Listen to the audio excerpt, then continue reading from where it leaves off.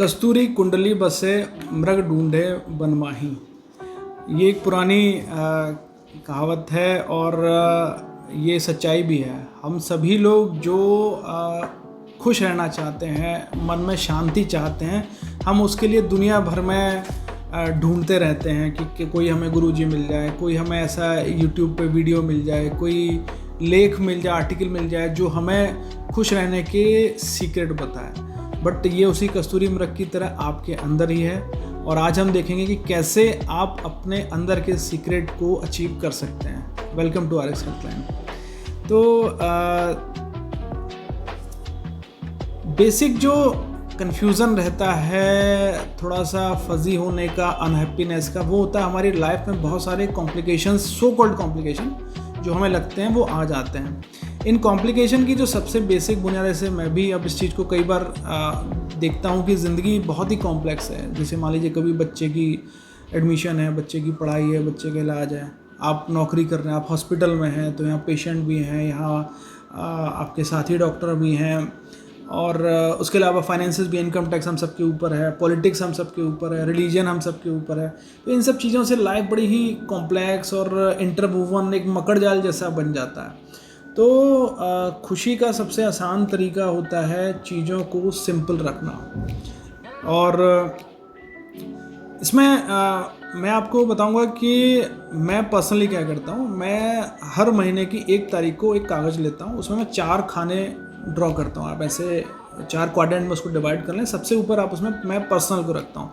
Personal में मुझे इस महीने अपने लिए क्या करना है। लेट्स से कि मुझे कोई अपने को वैक्सीन लगवाना है, या मुझे कुछ अपने स्किल डेवलप करने के लिए कुछ ऑनलाइन कोर्स करना है, कुछ ऑनलाइन पढ़ाई करनी है, कोई एग्ज़ाम देना है, तो उसके बारे में मैं नोट डाउन कर लेता हूँ। इस महीने मुझे क्या क्या करना है। बस ये बजटिंग ऑफ टाइम ही है जो चीज़ों को बहुत सिंपल कर सकता है। तो पर्सनल वाले में अपना सारा कर लेता हूँ। अपना मैं शेड्यूल देखता हूँ, मेरे गोल कितने अचीव हुए। जैसे कि पिछले महीने मैंने अपने जो फिज़िकल एक्सरसाइज का टाइम था वो अचीव कर पाया, नहीं कर पाया। इस महीने क्या अचीव करना है। डाइट में मैंने जो फल और सलाद ऐड करने थे वो कर पाया, नहीं कर पाया। दही मैं टाइम से खा रहा हूँ, नहीं खा रहा हूँ।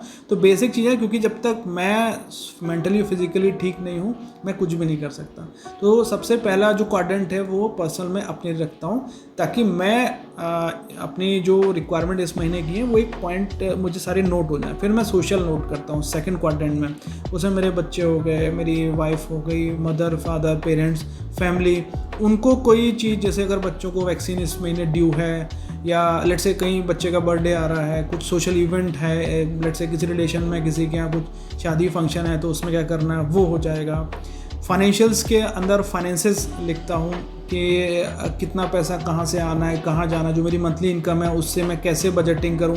क्योंकि फाइनेंसेस एक बहुत बड़ा कारण है अनहैप्पीनेस का। हम लोग कहीं ना कहीं उसी में उलझे रह जाते हैं, 99 का फेर जिसको कहते हैं। फिर प्रोफेशनली है, यानी कि मैं जॉब पे मेरा इस महीने क्या टारगेट है, क्या मेरे नंबर ऑफ़ पेशेंट पिछले महीने से ज़्यादा हैं, या फिर उसको मैं कैसे सेटिस्फेक्शन रेट बढ़ाऊँ। जब आप एक लिमिट पा जाते हैं मेडिकल प्रैक्टिस में, तो आप नंबर से ज़्यादा क्लिनिकल अचीवमेंट की, आपने डिफ़िकल्ट पेशेंट कितने ठीक किए और पेशेंट के सेटिस्फेक्शन पे आ जाते हैं, तो मैं उसकी तरफ सोचता हूँ।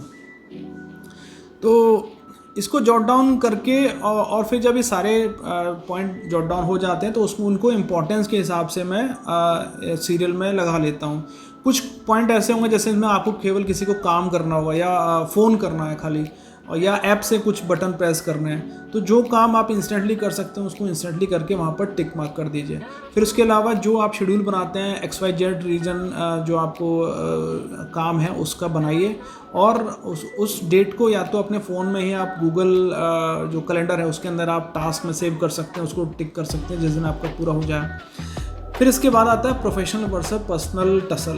ये हम सभी वर्किंग लोगों की ज़िंदगी में देखते हैं। मान लीजिए आप आर्मी में हैं, आप काम कर रहे हैं और आप बॉर्डर पे हैं, लेट्स से 2 महीने 3 महीने से आप घर नहीं गए हैं, फैमिली के इशू आ रहे हैं, तो ये एक टसल हम सभी वर्किंग लोगों के दिमाग में बना रहता है। और ये मैनेज करना एक मेंटल पीस के लिए बहुत ही इम्पॉर्टेंट होता है। तो मेरा तो ये कहना है कि प्रोफेशनल और पर्सनल लाइफ को दोनों को बराबर वेटेज दीजिए, एक की कॉस्ट पे दूसरे को मत कीजिए। क्योंकि आपकी जिस सीट पे आप बैठे हैं, अगर आप डॉक्टर हैं, आप टीचर हैं, वो काम कोई और नहीं देख सकता। वैसे ही घर में जो आपका रोल है फादर का, बेटे का, भाई का, वो कोई और नहीं कर सकता। तो आपको इस चीज़ का भी, इसको दोनों को मैनेज करते हुए चलने का नाम ही ज़िंदगी है। तो उतने ही आप अपनी लाइफ में खुशी महसूस करेंगे। वरना आप एक तरफ तो एक्सेल कर रहे हैं कि मान लीजिए आप अपने प्रोफेशनली बहुत अच्छा अचीव कर रहे हैं और फैमिली लाइफ आपकी उतनी हैम्पर हो रही है, कॉम्प्रोमाइज़ हो रही है, तो लॉन्ग टर्म में वो आपको मेंटल टेंशन, डिप्रेशन की तरफ ही ले जाएगा। तो अब इनको आप कैसे कर सकते हैं कि आप प्रोफेशनल और पर्सनल में आप मैनेज करें। तो उसमें देखिए 24 घंटे भगवान ने सबको दिए, मुझे भी उतने मिलने हैं, अंबानी को भी उतने मिलने हैं, सभी को उतना ही टाइम मिलना है। तो एफिशिएंसी बढ़ाना ही एकमात्र तरीका है। एफिशिएंसी आप कैसे बढ़ा सकते हैं प्रोफेशनल लाइफ में, जैसे कि मैं डॉक्टर हूँ, तो पेशेंट रिलेटेड जो भी लेटेस्ट हमारा स्टडी मटेरियल आता है, कोई कोर्स आता है, कोई वर्कशॉप आती है, कोई सेमिनार आता है, CME आती है, मैं उसको कर सकता हूँ।